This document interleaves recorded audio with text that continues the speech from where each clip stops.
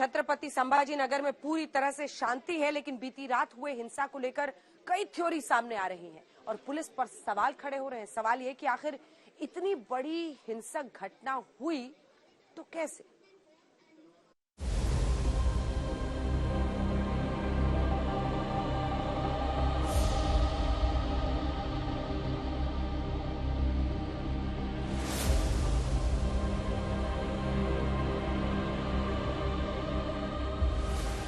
राम मंदिर के बाहर हिंसा को लेकर दो थ्योरी सामने आ रही है। पहली थ्योरी यह है कि राम मंदिर के बाहर कुछ अराजक तत्वों के बीच छोटी सी बात पर झगड़ा हुआ। कहासुनी से शुरू हुआ झगड़ा हिंसा में बदल गया। कुछ शरारती तत्वों ने मामले को मजहब से जोड़ दिया और फिर दंगाइयों की भीड़ ने हमला बोल दिया। दूसरी थ्योरी यह है कि लोकल सांसद इम्तियाज जलील की अगुवाई में औरंगाबाद का नाम बदलने को लेकर 15 दिनों से प्रदर्शन चल रहा था। प्रदर्शनकारियों के मुताबिक कुछ दिन पहले हिंदू संगठनों ने संभाजी नगर नाम के पक्ष में अपनी रैली निकाली थी। इस दौरान औरंगाबाद नाम के बोर्ड को तोड़ा गया था। इस वजह से शहर में तनाव था, लिहाजा हिंसा के पीछे एक वजह ये भी हो सकती है।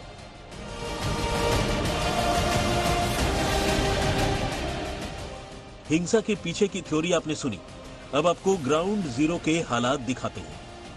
रोशन गेट है, उसके पास वाला जो किराड़ पूरा इलाका है और ये वही राम मंदिर है जिसके आसपास इलाके में कल तनाव बन गया था और दोनों तरफ से पत्थरबाजी हुई थी। पुलिस ने लोगों को शांत करवाया और अभी आप देखिए कि तनावपूर्ण शांत है माहौल। पुलिस फोर्स पर्याप्त मात्रा में है और ये पूरा जो रास्ता दिखाई दे रहा है तकरीबन 2-1 किलोमीटर का रास्ता, आप देखिए कि चहल पहल है लेकिन दुकानें सारी बंद है। आज पूरी तरह शांति है, लेकिन स्थानीय लोगों का आरोप है कि रामनवमी पर शहर का माहौल बिगाड़ने के लिए साजिश रची गई। मैं राधेश्याम शर्मा हूं, मैं संभाजी नगर निवासी हूं। यहां आज तक के जो भी माहौल रहा है जो बहुत शांतिपूर्वक रहा है, लेकिन जो कल रात को जो घटना हुई है वो एक निंदनीय है और वो एक दोनों समुदाय को भड़काने की है। उनके भी नमाज के टाइम है, रमजान का महीना है, उनके भी शांतिपूर्वक होना चाहिए। राम मंदिर का भी जो भजन वगैरह जो कीर्तन होना चाहिए वो शांतिपूर्वक होना चाहिए। जो भी कल हुआ है ये बहुत ही निंदनीय है और बहुत ही अप्रिय घटना है। आप क्या बताएंगे, आपका अनुभव क्या बोल रहा है इलाके का, शहर का और हिंदू मुस्लिम जो भाईचारा है उसमें कहीं न कहीं ठेस लग गई? ठेस लगी है और दोनों तरफ से झगड़ा लगाना चाहते हैं। स्थानीय लोगों का कहना है कि हिंसा के पीछे कोई बड़ी साजिश थी, लिहाजा दंगाइयों की धरपकड़ जरूरी है। बता सकते हो कि जो भाईचारा है कहीं न कहीं उसमें दरार डालने की कोशिश हो गई कल? हाँ, ये तो हो गई भी है, क्योंकि इतना रामनवमी का जो अवसर है ये सभी हिंदू भाइयों के लिए सबसे महत्वपूर्ण होता है। ये सभी सनातन हिंदू धर्म के लिए सबसे बोले तो सबसे प्रिय रामनवमी होती है। रमजान का भी महीना है, जो मुसलमान भाई है वो कह रहे हैं कि हरदम जब ऐसा उत्सव होता है तो वो शरबत बांटते हैं, स्वागत करते हैं। फिर कल अचानक जो हुआ है पत्थरबाजी या जो भड़काने का काम हुआ है, आपको लगता है कि कहीं न कहीं कुछ गलत हो गया? जी बिल्कुल गलत हुआ है, क्योंकि यहाँ पर जो गाड़ियाँ वगैरह जलाई गई है तो गाड़ी जलाना मतलब इतनी आसान बात नहीं है, तो इसके लिए चौकसी होनी चाहिए। हाँ, इसकी चौकसी होनी चाहिए। ये बहुत बड़ी बात है, गाड़ी जलाना। कम से कम 13 गाड़ियां यहाँ पर जलाए हुए पुलिस की गाड़ियां जलाई, पुलिस की गाड़ी जलाई। बाकी दुकानें हैं जो कि त्यों है। हाँ, वो दुकानें जो है उनको धक्का नहीं लगा, मगर पुलिस की जो गाड़ी है वो जलाई गई है।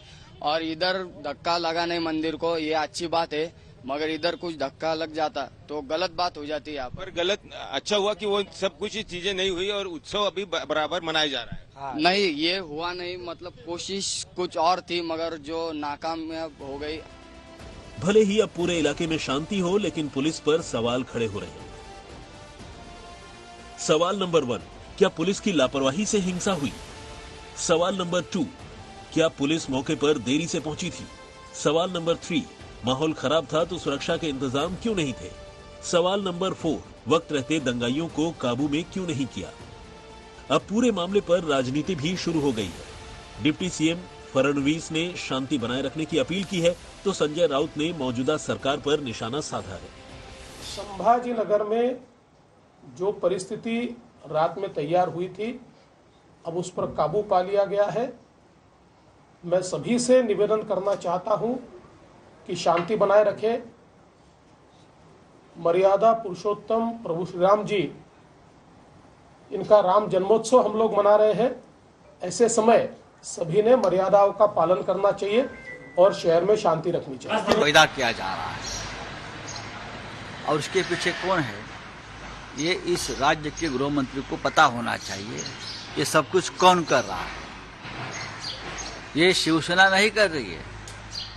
Shiv Sena means original Shiv Sena, duplicate Shiv Sena वाले काम कर रहे हैं। पूरे मामले को लेकर कई सवाल हैं और सवालों का जवाब मिलना अभी बाकी है। पंकज खेलकर, संभाजी नगर, आज तक। पत्थरमार गैंग का सच, और ये अलग अलग जगहों पर आपने संभाजी की रिपोर्ट देखी, वडोदरा में देखा क्या हुआ है। वडोदरा में हम आपको लिए चलेंगे, हावड़ा भी। सूर्याग्नि हमारे सहयोगी वहां से जुड़ गए हैं और वहां पर क्या अपडेट है वो मैं उनसे लूंगी रिपोर्ट दिखाने के बाद। लेकिन उससे पहले वडोदरा गोपी और 2 जगहों पर शोभा यात्रा पर पत्थरबाजी, हमला, आगजनी। आखिर क्या हो रहा है, क्यों हो रहा है, कौन है इसके पीछे, और पुलिस को जानकारी थी बावजूद इसके हो रहा है, क्या समझे? बिल्कुल, देखिए अंजना, वडोदरा में एक ही जगह है और एक ही जगह पे 2 अलग अलग वक्त पे पथराव हुआ है। एक बार सुबह में पथराव हुआ, दूसरी बार शाम को जब दोबारा से उस जगह से शोभा यात्रा निकली तो उस पर पथराव हुआ। तो एक ही जगह पर ये जो पथराव हुआ है उसके बाद पुलिस जो है वो अब चौकन्नी हो गई है, क्योंकि यहाँ पे सुबह के वक्त में जिस तरीके से पथराव हुआ उसके बाद शाम को पथराव हुआ। अब कॉम्बिंग शुरू की गई है कि इस इलाके में पथराव आए कहाँ से, इतने ज्यादा बड़ी तादाद में पत्थर आए कहाँ से, क्या पत्थर को पहले से ही इकट्ठा किया गया था, ये पूरा प्री प्लान था जिस तरीके से, क्योंकि शोभा यात्रा निकलना तय था तो क्या पहले से ही ये पूरी प्लानिंग की गई थी। पुलिस कॉम्बिंग कर रही है, पथराव जहां जहां पे भी पत्थर इकट्ठे किए गए थे उन सभी जगह पे छापेमारी कर रही है। साथ ही एसआरपी की 3 टीम जो है वो वडोदरा के लिए गांधीनगर से रवाना हुई है, जिसमें से 2 टीम ऑलरेडी पहुंच चुकी है। एक टीम जो है वो अभी रास्ते में है जो कुछ ही देर में पहुंच जाएगी। और जो हमारी गुजरात सरकार में बातचीत हुई उनके मुताबिक किसी को भी छोड़ा नहीं जाएगा, क्योंकि जो भी इसमें दोषी होगा उसके खिलाफ कानूनी कार्यवाही की जाएगी। पुलिस जो है वो सीसीटीवी पर भी नजर बनाए हुए है। साथ ही ये पूरा इलाका जो है जहाँ पे पथराव हुआ है, फतेहपुर का ये जो पूरा इलाका है, वहां पे लगातार जो सीसीटीवी कैमरा फुटेज के जरिए लोगों को आइडेंटिफाई करने का काम इस वक्त जारी है। हालांकि जो कह सकते हैं कि फिलहाल तो मामला शांत है, लेकिन कंट्रोल में लेने के लिए पुलिस को टीयर गैस तक छोड़ना पड़ा था। तो कहीं ना कहीं पुलिस इसे प्री प्लान मान के अब इन्वेस्टिगेशन शुरू कर रही है। कहीं ना कहीं ये भी कह सकते हैं कि कहीं इंटेलिजेंस फेलियर इसे कहेंगे, क्योंकि जिस तरीके से हर बार ये पूरा संवेदनशील इलाका है, यहाँ पे शोभा यात्रा निकलती है, ये हर बार होता है। और वैसे में यहाँ पे पथराव होना, तैयारी कितनी, और सबसे बड़ी बात है गोपी की सीसीटीवी में अगर ये सुलगाते चेहरे कैद हुए हैं तो उनके खिलाफ सख्त कार्रवाई होनी चाहिए। त्योहार के रंग में भंग डालने वाले ये लोग जो हर साल रामनवमी में इस तरह से त्योहार में किसी न किसी तरीके से खलल डालने की कोशिश करते हैं, पत्थरबाजी, आगजनी एक त्योहार पर